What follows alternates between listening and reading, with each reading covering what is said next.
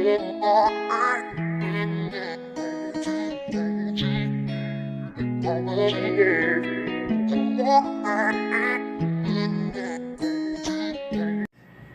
as you can see, taking my daily walk, I changed the tone so you can actually see what I see. You can see there's a large black space in the sky. It's triangular shaped. And then over in this direction, if you look carefully as I cross this street here, you will see what looks like people or things laid out across the clouds. Now they are there, as you can see, very dark shaded. Luckily there's triangle shape, and usually those black areas that show up like that in the sky are filled with objects. Kind of hard to tell sometimes, but you can see them with the eye if you train your eye correctly. And as you can see, there's these looks like legs and bodies across the top of these clouds in there. And as you'll see as I go through, there'll be eyes that are looking at me constantly and things of that nature, which is normal. I'll look back to my reverse, and right there's two gentlemen. I will point at it. There are two guys flicking me off. They don't like me very much. Yeah, and you see I kind of backtracked just a tad bit, just so you could see it.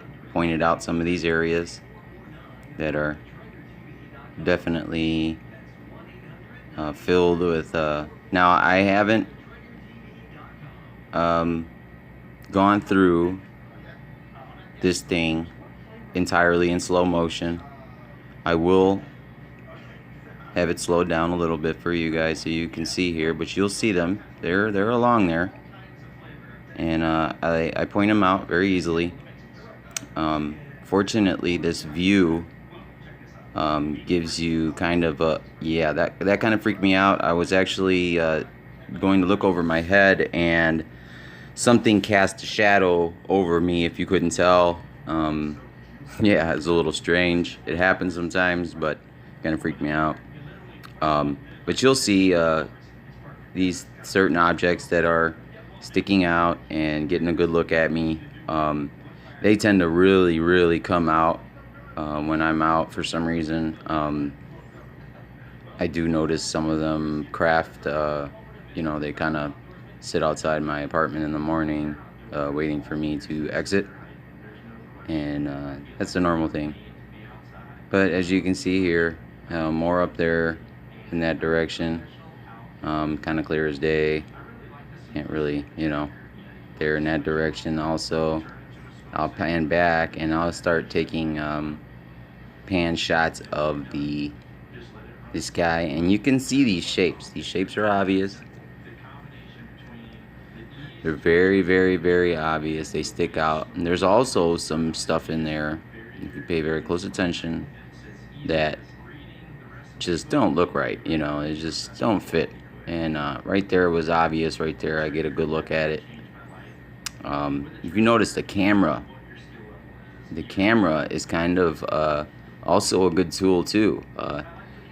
These objects, whatever they are, they tend to cause your focus to go out.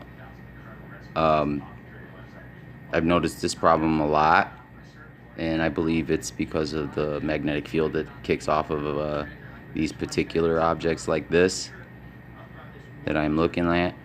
And as you can see there's similar to a serpent. I catch that quite a bit, and I also catch a hawk or eagle of some sort. Do you see the round object that looks like a planet of some sort or ball in the air, and you see it just kind of peeking out around that cloud right there? Now that'll disappear, that will go away as I'm walking.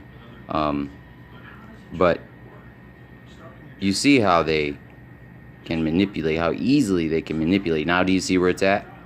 See, it makes you see that? Isn't that kind of crazy? So he's sitting up into that top right corner, and he's doing something right now. While I was filming this, he did become visible. You could see it perfectly. You can see the sort of force field, I guess you could say, around this object. And they like to sit pointing up a lot of the time.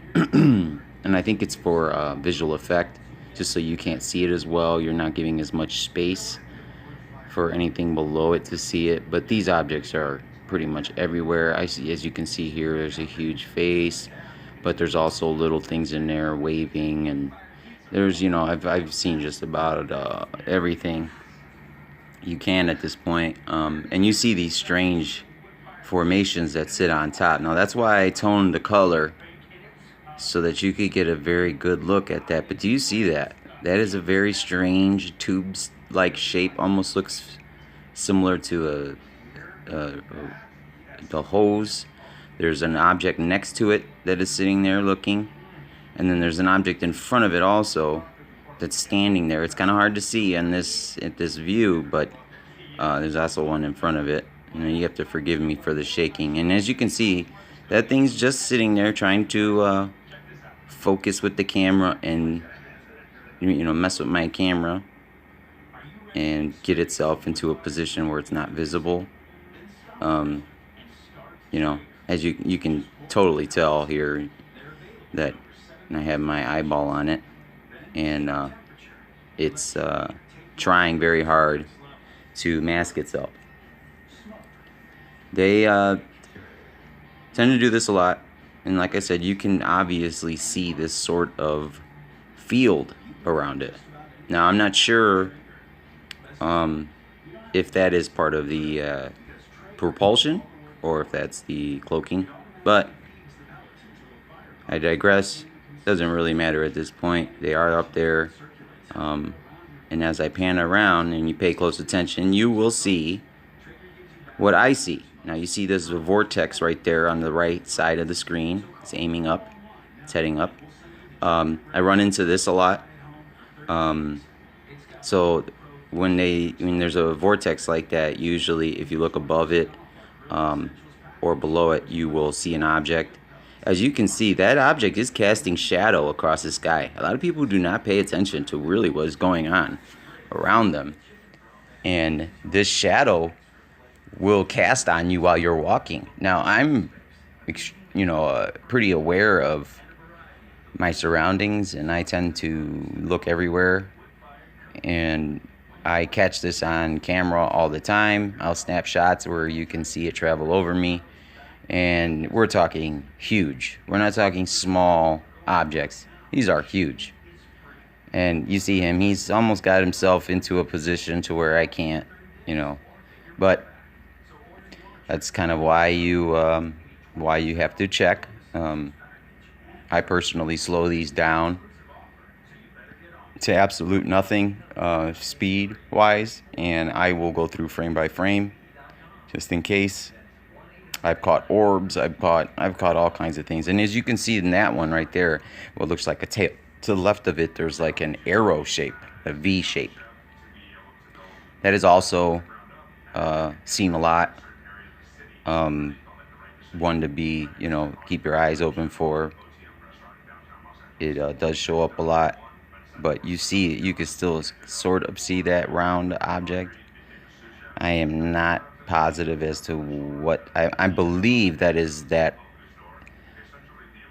projection that is causing, or that might be it sucking up part of the cloud. Because if you notice what looks like an eye below that round thing, it looks like it's pulling it around the edge of that cloud. So it could be it causing that vortex that is also there on the just off the screen. It is pretty amazing, and you'll see I look up and I catch most of these objects. They are everywhere, and they are, they're getting a little bit better. They're learning how to spread out the clouds a little bit better, but you can't mimic nature. I don't care how advanced you are. This is not our normal sky. This is not normal. As I showed in my video, my other video, where I showed the sunset of Alaska that was taken. Now, there's two ways you can take that. That particular one had some images in it that were very questionable. And it showed a cube at the end. I don't know if you noticed, but there was a cube there. And if you know things about projection and that, you know that a cube can be used as a hologram. So, are we seeing a falsified sky so that people can't tell the difference? I suggest people start, digging into history a little bit, looking into the Sumerians and the true story of our creation and where we came from. And the serpent and the eagle that I run into a lot, they do actually signify something. And this is the time that things are supposed to happen. So I would dig into that, look into your history a little bit, and then, look into the holographic projections and how they're done.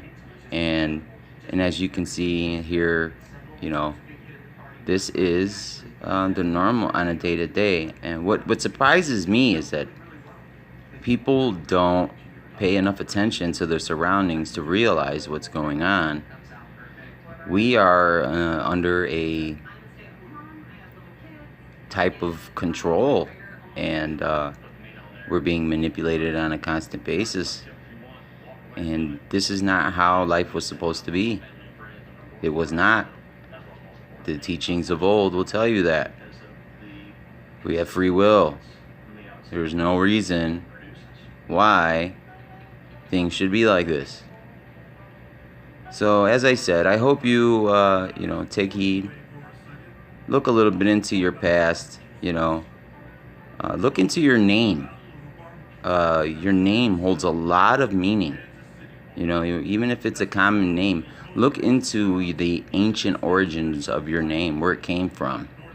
And each part of your name, syllable-wise and all, has a very definitive meaning. And it could give you an idea as to what you should be doing at this time. I also would recommend you start learning your chakra points and things of that nature, and start balancing and opening up yourself to the message that is being supplied to the world right now. A lot of people are not seeing the good things that are around us anymore, because we have so much bad with these evil things constantly.